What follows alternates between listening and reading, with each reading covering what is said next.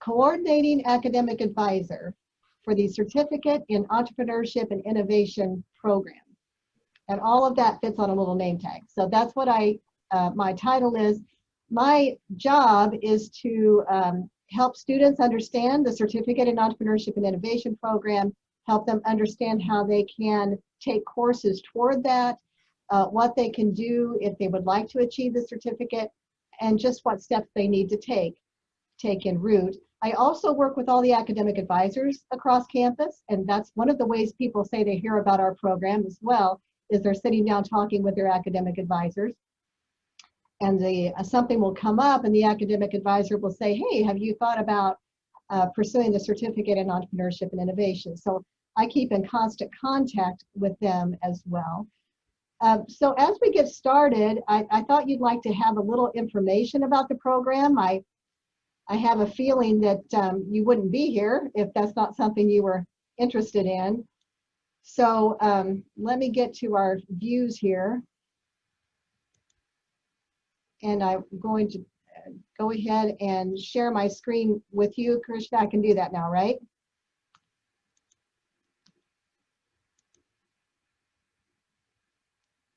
All right, Krishna, am I successfully sharing my view?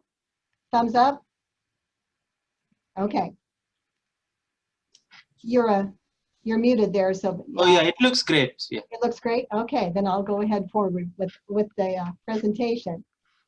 So a little bit about our program. We are kind of an award-winning program that's fairly new here on the Purdue campus. We started the program in the fall of 2005. We are described as similar to a minor. And one of the questions I get a lot is, why aren't you called a minor if you're similar to a minor? And there's a reason for that. You might have friends at other universities. Well, I know you have friends at other universities, but you might have friends who are participating in entrepreneurship programs across the country that are done a little differently. Purdue has, let me go back here just a second. Purdue is a multidisciplinary program. It's available to all majors. And since we decided to form it that way, we have become one of the largest multidisciplinary programs in the country. And it's so interesting that we're done this way. We are done this way so that we don't have to be a minor or a major. If we were, we'd have to be housed in a specific college or department, making it not possible for other majors to come in. For example, down at IU, the only people who could participate in entrepreneurship courses are the students enrolled in the Kelley School of Business. Now, our courses want to welcome all students, so we decided not to have a major or a minor. We decided to call it something different, and we are housed under the broad umbrella of the Office of the Provost. That way, students in all majors can participate in our classes. And from that, we have really grown.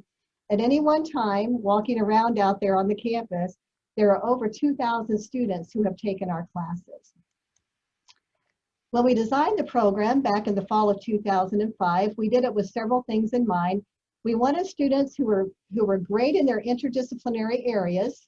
That was fine. There was no need for anything changed there. But we wanted them at the end of their time here to be able to assess new venture opportunities. And this could be whether they wanted to work in a company, perhaps, and be entrepreneurial within the company, or whether they wanted to start something on their own. We wanted them to understand basic business concepts, develop those leadership and communication skills needed, and we also wanted them to enhance their job prospects. This is a big program. A lot of students take our classes right now. This was fall of 2019. Right now we have over 940 students taking our ENTR 200 or ENTR classes. I'm going to go back to this for just a second. We have so many different students with so many different goals in our classes. So no matter what kind of student comes in, we are for them. We have a lot of unique majors represented in our program. So we work in interdisciplinary teams, which makes our classes so rich. You're working with people in majors that you've never even heard of sometimes, and it really grows your appreciation for other people's talents, and it helps you be a great team member as well.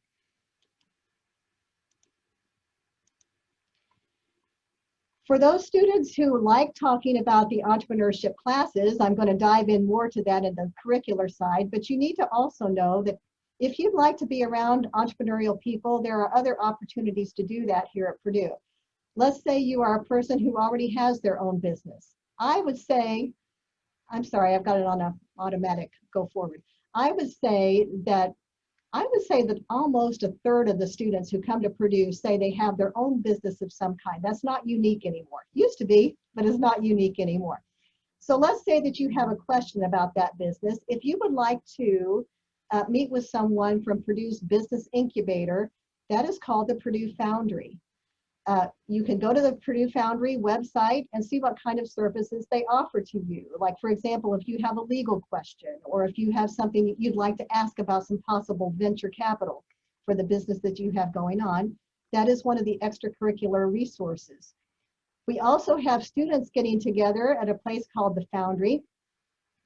The Anvil, and that is our Purdue co-working space. It's kind of on a little hiatus right now, but I plan for it to get up and going again. And we also have an entrepreneurship co-ed fraternity that's kind of housed within the Anvil. It's called Delta Mu Kappa.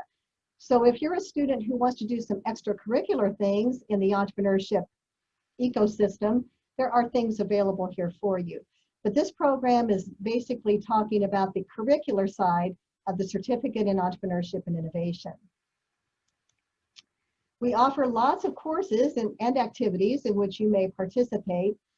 The main thing I want you to understand about the certificate itself is the route. In order to complete the Certificate in Entrepreneurship and Innovation, students complete 5 courses over their period of time here, just as you would weave in courses for a minor. They include ENTR 200, which is our introductory course. You then go to 310 or 315, which are courses that are taken on to the next level. From that, then you go to 2 option courses. Now, option courses are entrepreneurial courses that are already here on the campus, some within the departments. They might actually double duty towards your major courses. For example, just give you an example, I pull it out of the hat. There's a mechanical engineering course called 263. The mechanical engineering department looked at our criteria for option courses, and it says, you know what? That course has so much entrepreneurship in it that it meets those requirements. So when you take ME 263, and there's a whole list of these, you will not only fulfill your major requirement, but you would fill the option course requirement for the certificate. And there's a whole list of those from which you may choose that the departments have picked out for us. So when I say 5 courses, I don't necessarily mean 5 additional. I mean 5 courses, many of which are already required for you. So it's a comfortable weave-in for many students. So 2 option courses are selected, and then we also require that at the end of your time here, you participate in a capstone course. Those courses have a heavy entrepreneurship professional flavor. So at the end of those 5 courses, and upon completion of your Purdue degree, when you graduate with the Certificate in Entrepreneurship Innovation and your degree, and you march across the stage in the Elliott Hall of Music, what you receive here is not only your diploma, but I've got a visual aid. You also would receive the Certificate in Entrepreneurship and Innovation. Looks like that. So that you would have 2 things to frame instead of just 1. And the additional credential is also noted on your academic transcript. Our courses are designed to cover a lot of areas of entrepreneurship. For example, in ENTR 200, it is a broad look at entrepreneurship, and I call it wide in its exposure to things like how to, like one of the chapters in the textbook is called financial viability. So let's say that you have an idea for a product or a service. How do you do the analysis to see if it is financially viable? You also will talk about what is the difference between a business model and a business plan. You talk in the first class about how to do a feasibility analysis. Is it feasible or possible in your area of the country or whatever you're doing? You have a chapter on intellectual property, for example, in that first class.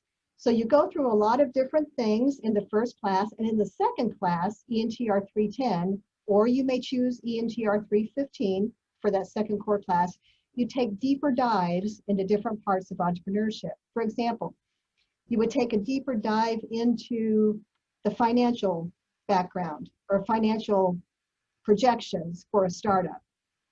You might spend about 4 weeks working on financials in that particular class. And you might spend another 4 weeks taking a deeper dive into market research and market analysis in that particular class. So now when I say those things and you're saying, is this something I'm really interested or not? I know a lot of you are also considering approaching something like learning about the management or finance side through a management minor or maybe an economics minor. So how are those two things different? I get that question a lot. I have to say that when you approach a management or finance minor or an economics minor, your courses will include things like introductory accounting, managerial and cost accounting, micro and macroeconomics are discussed, or you must take those 2 classes. You also must take a course in business statistics. So those 5 courses must be taken for a management minor, and then you choose one additional management course to bring in your level of expertise of whatever you want to complement that core group with. Our courses are not like that. In our courses, you learn the things I just talked about: business models, business formation, new venture teams, how to grow a startup. The financial part that we discuss is financials for a startup, or how do you project financials for something you're wanting to develop within your company, something like that. That's a different type of finance. We do have a lot of students who bring in so much credit with them from high school that it's very possible that you might be able to work in both a management minor and the certificate in entrepreneurship and innovation. Sometimes that's very comfortably done, especially if you plan ahead, like you folks are all thinking about this right now, which is wonderful. I am also the person who looks at people's records when they graduate to make sure they've completed all their certificate work.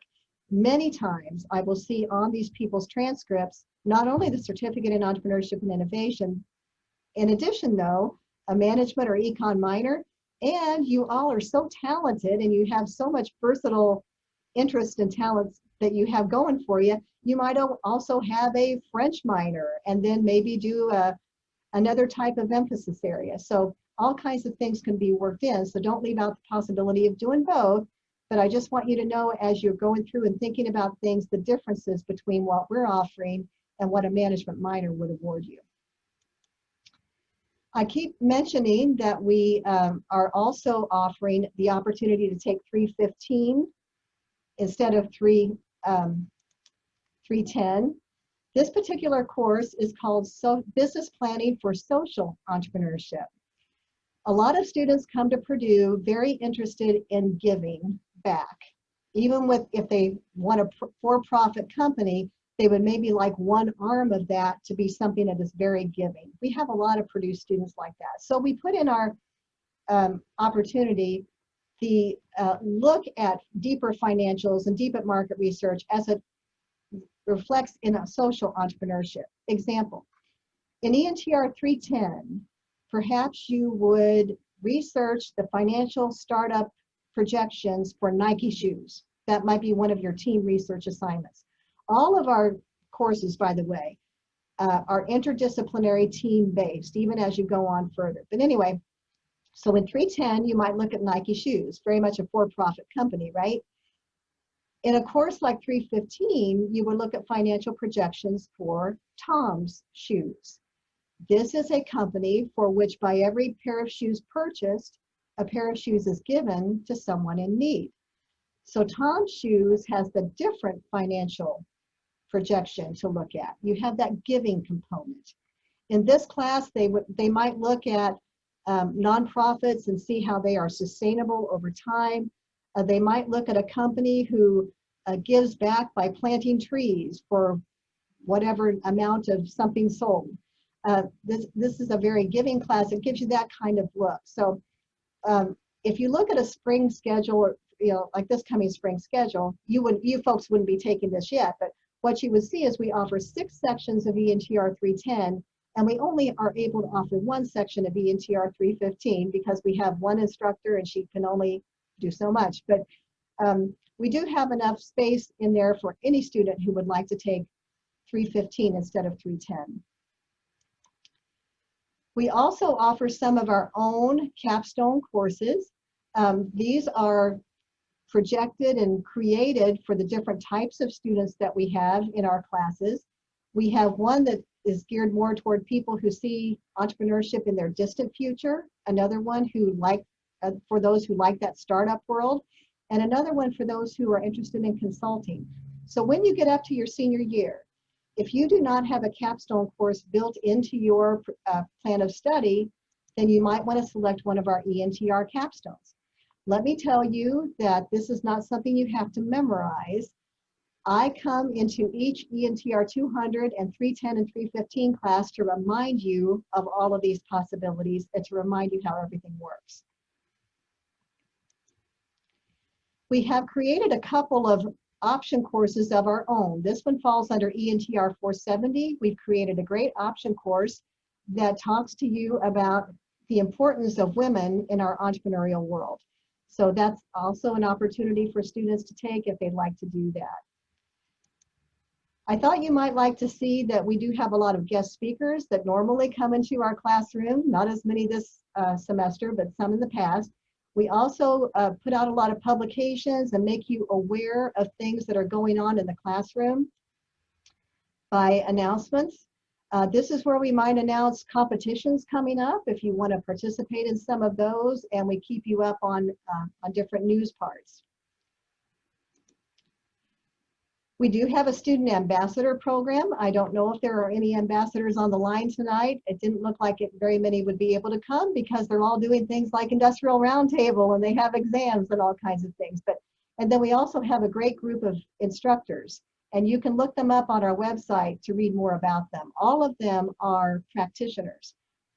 That's what they have to be in order to take our classes. So that's one thing. A lot of people say, who teaches these classes? Every person teaching our classes is running or has run or is currently involved in and has sold practice, and they've gone through all phases of entrepreneurship. So we bring in practitioners. None of them are professors who have just done this from a book. And most of our students say that what they've learned from their instructors is so valuable, such a valuable part of our program. So when we ask students, what do you like most about this program? 4 out of 5 students said that they do expect to be involved in a startup of some kind in the future, though. Not all of them expect to do things immediately. We have so many students in our classes who are going to go on to medical school or a graduate school or some other kind of pre-professional opportunity. We have a lot of our students who want to work in companies for a while, then do something later. But almost every one of our students say that what they've learned in our program, they really feel like will be knowledge gained for them for a useful in their future. When we ask students, what did our program help you with? A lot of them say, you know what, I really feel like it improved my analytical skills. That's where I was falling short. The ability to evaluate ideas, that's one of the bigger things. The confidence that I could do this if I want to do something like this is really prevalent. Almost every one of our classes have the students getting up and speaking in front of people 5, maybe 6 times throughout the semester. That's another thing that kind of surprises people, but it's very interactive, very team-oriented, and very team-oriented and very presentation-oriented. Some quotes from students. I love the multidisciplinary classroom. It's so refreshing, they say. They say that our classes have very useful coursework in them.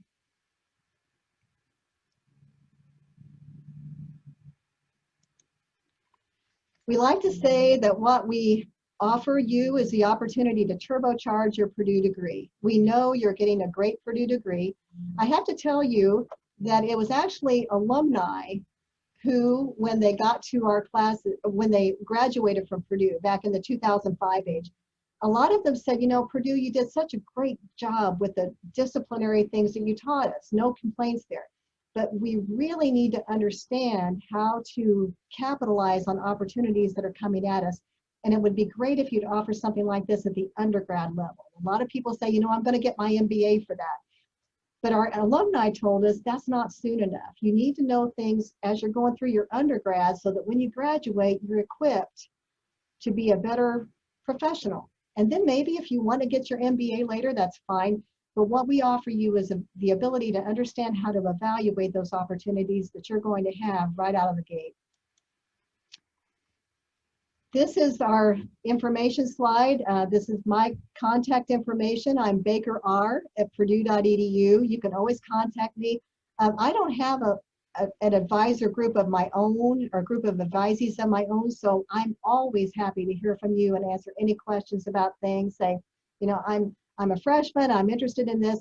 And what I'm also going to say is that your academic advisors are also going to be resources for you, because depending on which area you're headed into, your advisor might say, you know what, sophomore year would be a good time for you to start taking ENTR 200, or they might say to you, you know, because you're going to this particular major, second semester sophomore year is a lot lighter on teamwork. So maybe that would be a good time for you. So conjunction with me and them, we can all give you some good advice as to when to start the program for you and the coursework and the path that you might like to lay out. Our website is listed here. I would like to bring up our website and show you that this is our website for the Certificate in Entrepreneurship and Innovation. To get here, your path is purdue.edu/ENTR. And that brings you up to our Certificate in Entrepreneurship and Innovation website. I referred to a list that you can look at to see what courses you might want to take for your route to certificate completion. To get to that list, hover over the word students and then click on the approved course list tool. This brings up the approved course list for the Certificate in Entrepreneurship and Innovation. It's kind of long. It brings in a lot of all the different majors and all the different offerings. At the top, and I'll zoom in here for you, it gives you some basic information, such as you need your 210, 310, or 315, 2 option courses and a capstone. The list itself consists of a column with the prefix and number of the course, the title. We also give you whether it's a core course or a capstone course or an option course under type, whether it's open to all majors or restricted in some way. And then in our prereqs and notes page, we give you that information. The semester column indicates whether the courses are offered fall, spring, and summer, or both fall and spring, or perhaps only spring or only fall. So this is a very handy tool. We list the ENTR courses first, followed by the schools that start here with ag. And, you know, just because you're not in ag doesn't mean that maybe you might want to, if you want to take a great sales course someday, Ag Econ 331 is awesome and it's open to all students. So you don't need to just look only at engineering, but for our purposes today, we will. You can see, for example, that under aeronautical, we have some option courses and a capstone course. Under civil, we do not have a capstone course because that particular civil engineering course is too jam-packed with accreditation. So civil engineers need to take one of our capstone courses, but it works out great. We have a lot of civils. Industrials the same way, but EE is there, certainly IE, ME. We also house things like EPICS participation here. I know a lot of you are interested in EPICS. EPICS participation can also double duty and fill option requirements for the certificate program. So this is a very useful tool. You and your advisor can go down through this, and I'm just going to give a possible path. Let's say you're interested in industrial engineering. IE 343 is already in there as a requirement for you, and that would fulfill an option course also for the certificate, as does 545 and 546. It does not have a capstone course, so you would need to take one of our capstone courses, probably your senior year. So your path might be take 200 my sophomore year, take 310 or 315 my junior year, work in the IE courses just as your plan of study permits, and then your capstone course could be taken your senior year. So a very comfortable weave in for you. And that's just an example of how you might work it in. So we have the same thing for liberal arts courses that are offered. And here's another thing. For example, some of you will be required to take a 300 or 400 level communications or English course. We have 300 or 400 level communications courses here. We have an English 420 entrepreneurship section course here. So there are other things you might use to fulfill requirements that might work well for you that are open to all but housed in other departments. So that's where you find the approved course list. Our website also has reminder information, how to complete and receive the certificate. So you can refresh what I've told you here today and, you know, look at that again as you need to. We have some staff and instructor information if you wanted to read about the instructors and so forth. So use this as a neat tool for you as you decide to make your way through the certificate in entrepreneurship and innovation.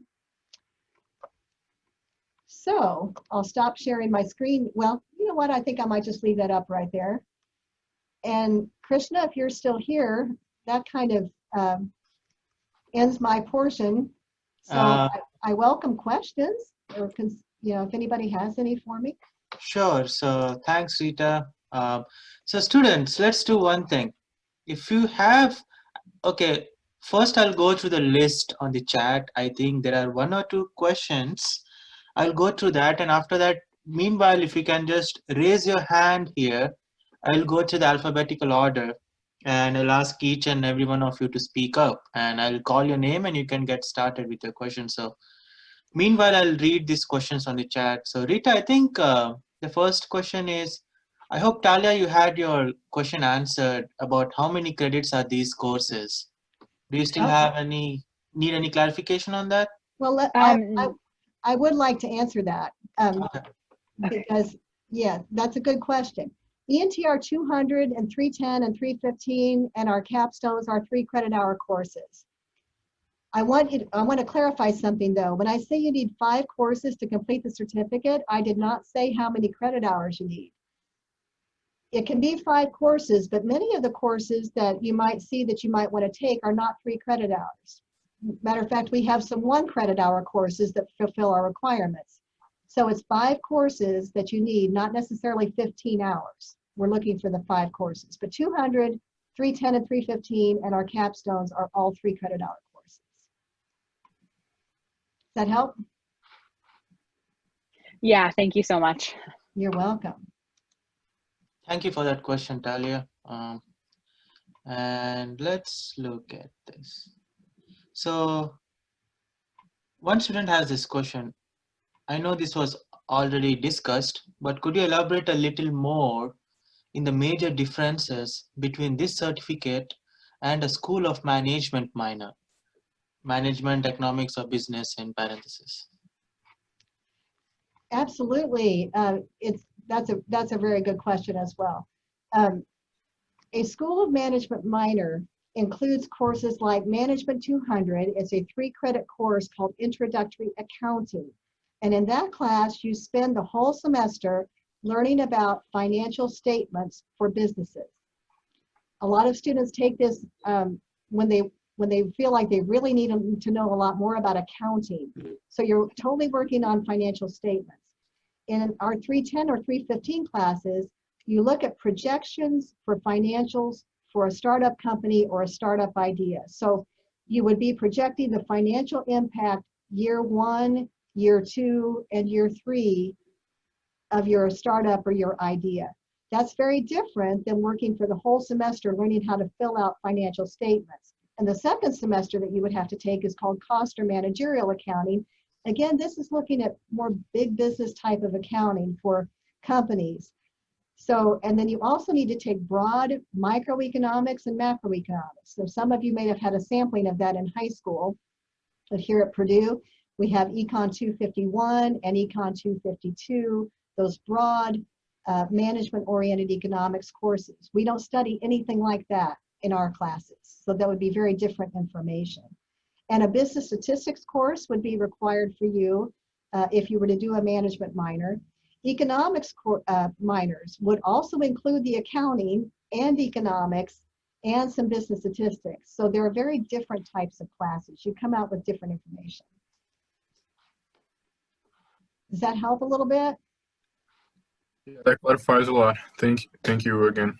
You're very welcome. Do you think you might do both, or do you think you might just choose one or the other? I'm thinking about doing both actually. But I'm still in my first semester of a freshman year, so I'm still thinking about my options. But I could very well try to do both. I gotta do a little bit more research. Absolutely, yeah. Like I said, I see it a lot on graduating seniors' academic records that they have been able to work in both very comfortably. But they were like you; they started early in figuring it out. So good deal. Okay, so the next question, does anyone want to ask something? May I ask something? Sure. When should you recommend us to start like preparing or like scheduling our semesters in order to get the certificate of entrepreneurship and innovation? When should we like start like getting involved? You know, that's a good question. I see someone else wrote in here, can I start as soon as next semester as a freshman? Yes, you may. You don't have to. I recommend that you take ENTR 200 no later than the fall of your junior year. Sophomore year is a really good time to start, to make sure you have enough time for that 3-semester sequencing of 200, 310 or 315. And if you need to or just want to take one of our ENTR capstones, then you would have time to do that as well and work everything in very comfortably. One thing, your question brings up something that I don't have in my PowerPoint that I feel like I need to tell you. We will be able to offer, once again, ENTR 200 and 310 in the summer. This might help some of you as you're trying to figure things out. We've always offered ENTR 200 the first 4 weeks of the summer session and ENTR 310 the second 4 weeks of the summer session. So that's kind of nice. They are compact and they're squished and they're fast and furious, but they're good in the summer as well. In the past, before this last COVID summer, in the summer sessions, we offered those only here on the campus. But last summer, because we had to, we offered them online. So I think we might do that again, offer E200 and 310 online in the summer. So that's a possibility. But now they are very comfortably woven in during the regular semesters as well. And my suggestion is sophomore year is really good. Now, yes, if you have time next semester and you want to see if you can get a space next semester in the class, you sure may. Nothing wrong with that. It depends on what your focus is. It's not really a time, well, we want you to attend and we want you to do good group work. You do have quizzes to take in the class and there's a lot of preparation for your presentations. I would say it's about the same time commitment as something like Com 114 plus English 106 combined, right? So that's the kind of time commitment you're looking at. Like some people want to devote their whole freshman year to just getting A's in their engineering admissions index classes. So then it might be more comfortable for them to wait.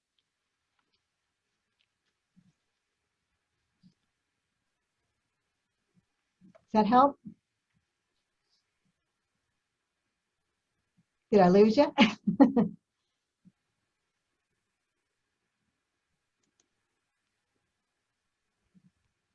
Krishna, you want to go on to the next question, I guess? Sure. It's a lot more technical for me to read that, but anyway. So Tyler is asking, it says engineer 17920 first year VIP participation is accepted. But I am in a VIP course right now, but it is listed as ENGR Engineering 17911 on my schedule. Am I correct in assuming that this credit will count even though the course number is slightly different?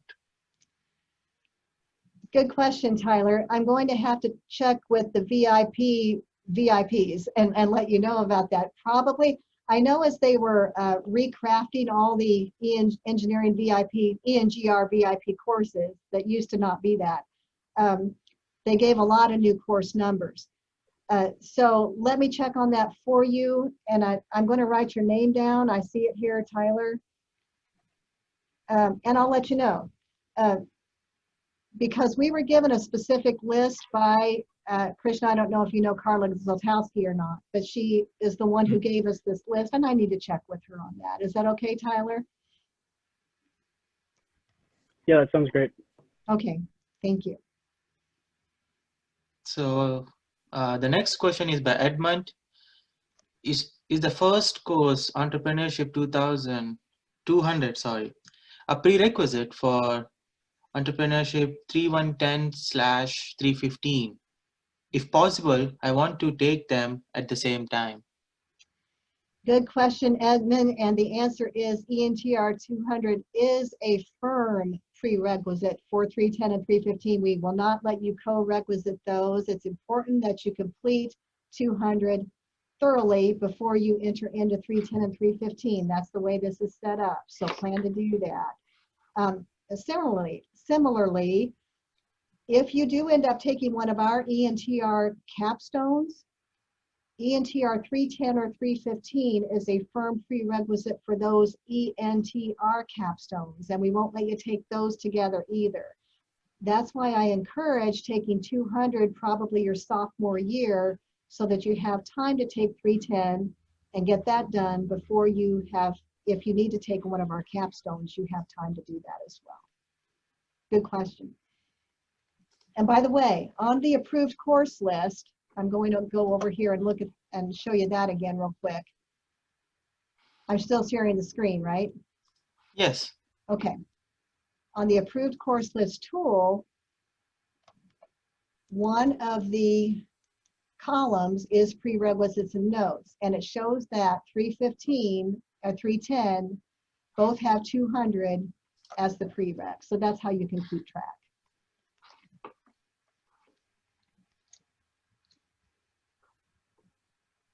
Okay. Okay, I guess, does anyone have any other questions apart from the QR code or attendance one? If you have any questions, just speak up and we'll be glad to answer. And Oh, wait. Hey, can I ask a question? sure. Yeah, I joined in about 20 minutes late, so what's the QR code attendance thing? Okay, so it will be shown towards we're almost there. So you have to scan it and it will count as attendance for your engineering 131 or 132 Okay. or 133 coursework. Yes. Okay, thank you so much. Sure. I've got the chat up too now, Krishna, and I see a couple new questions that have come in about, are there any BME majors in the certificate? Absolutely. We have a lot of BME majors who find out that this is a very nice complement to what they're learning in their major. And a lot of times they'll have parents in the field and they'll say, oh, these are courses you need to take. So we see that quite a bit. But I think when I look at the percentage of students in our classes within the individual engineering majors, probably it's a tie at the top between mechanical,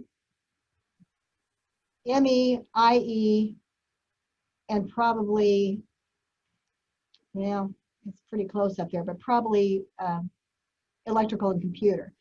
Those are pretty tight at the top, but it's pretty even across the board. We also have a lot of civils and we have a lot of biomedicals. We have ag and biological engineering majors in our classes. And we have a lot of aeros. That's another aerospace engineering. It works out really well for aeros as well. So it's a very comfortable weave in for so many of you. And I think, we ask our students, how did you hear about our program? And some say we hear about it with things like this. Other people say we hear about it word of mouth. And I think they hear from a lot of their fellow majors that taking these courses can be so applicable, no matter what you're going to do in any field. So yes, BME majors, come one, come all. We have a lot of you there. And then the next question is a really good one too. Is there a formal process to apply to participate? Nope. All you need to do is say that you'd like to take ENTR 200, and when you get a space in that class, you're on your way. However, I do not add this to your academic record as a curriculum until you are seated in 310 or 315. We have a lot of people in 200 who were there for different reasons. For example, we have some very sad people who wait till their senior year, they never get around to working in 200, and then they beg me, could I take the class my senior year? And I say, yes, if you promise not to get senioritis and be a good team member, and you understand that you can't get the certificate right now, yes, I'll let you take the course. And we do have and then they're always so sad that they didn't take the class earlier. But we have enough people in there that it keeps me from putting it on the record until they're actually seated in 310 or 315. But no formal process, just take the courses.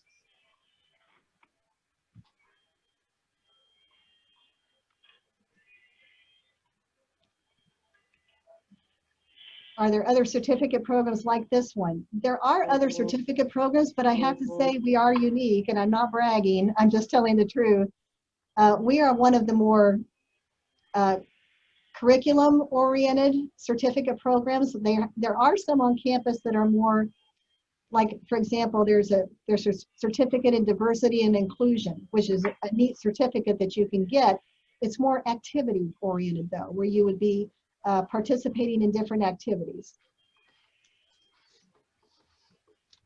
The next question, could you do this and a co-op program? Yes, I was so hoping one of our ambassadors could be here today who is actually participating in a co-op program right now. Yes, we have so many co-op students who they can also work in the certificate program because in many cases, they only need 2 or maybe 3 additional courses, and you can easily take those on the times that you're here on campus. So yes, very doable. We have that a lot.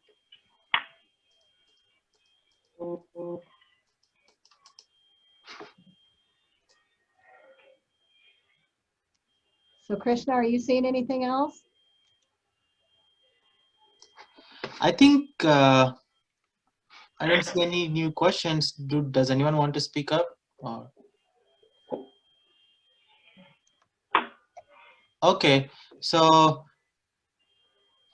thank you for these questions. I'll just pull up the QR code slide. So just, okay. Krishna, can I just say that this, I really, oh, there is one more. What are some of your favorite experiences you've seen students engage in? Well, a lot of our students are very, I guess you could say curricular. They really love the classes, but sometimes they do walk up to one of the speakers or walk up to our instructors and they say, you know what, I've got something I've been thinking about. Could I bounce some questions off of you as far as the instructor's expertise? I would say that so many students say engaging with our instructors are such a valuable part of the program. Some of our students do want to compete in business plan competitions, and they might ask our instructors to help them be advisors for their competitive teams. And we've had some award winners because they take our classes, they learn what it takes to start a successful business, and they learn how to write a business model and write that business plan well, and then they go on to competitions. So I see some of them take it to the next level and actually competing, and even going on and starting their own businesses is a really great things I've seen.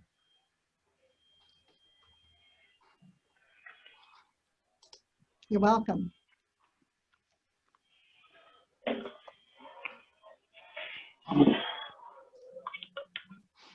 So before we kind of go through more questions, here is the QR code. Oops. 1 second. I'll stop. Oopsie. All right. Just give me a second.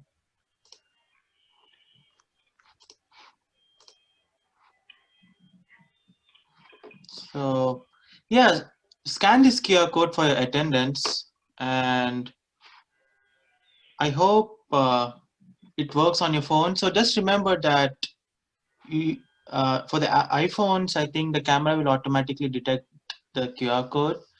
And for, I think for Androids, you may need an app. If you're having any issues, just not being able to access the QR code, just type your name and email in the chat, and I'll take that as attendance. And also, as once you scan this QR code, there'll be a survey that you may have, and the survey will have few questions to answer. And so you'll have to log in using your normal Purdue credentials like username and the ordinary password, not that boiler key one, just the normal one which you use to access your email. So I hope it works, and let us know if you have any more questions. Yeah, and if you want to ask me something just individually, shoot me an email. I'm bakerr@purdue.edu.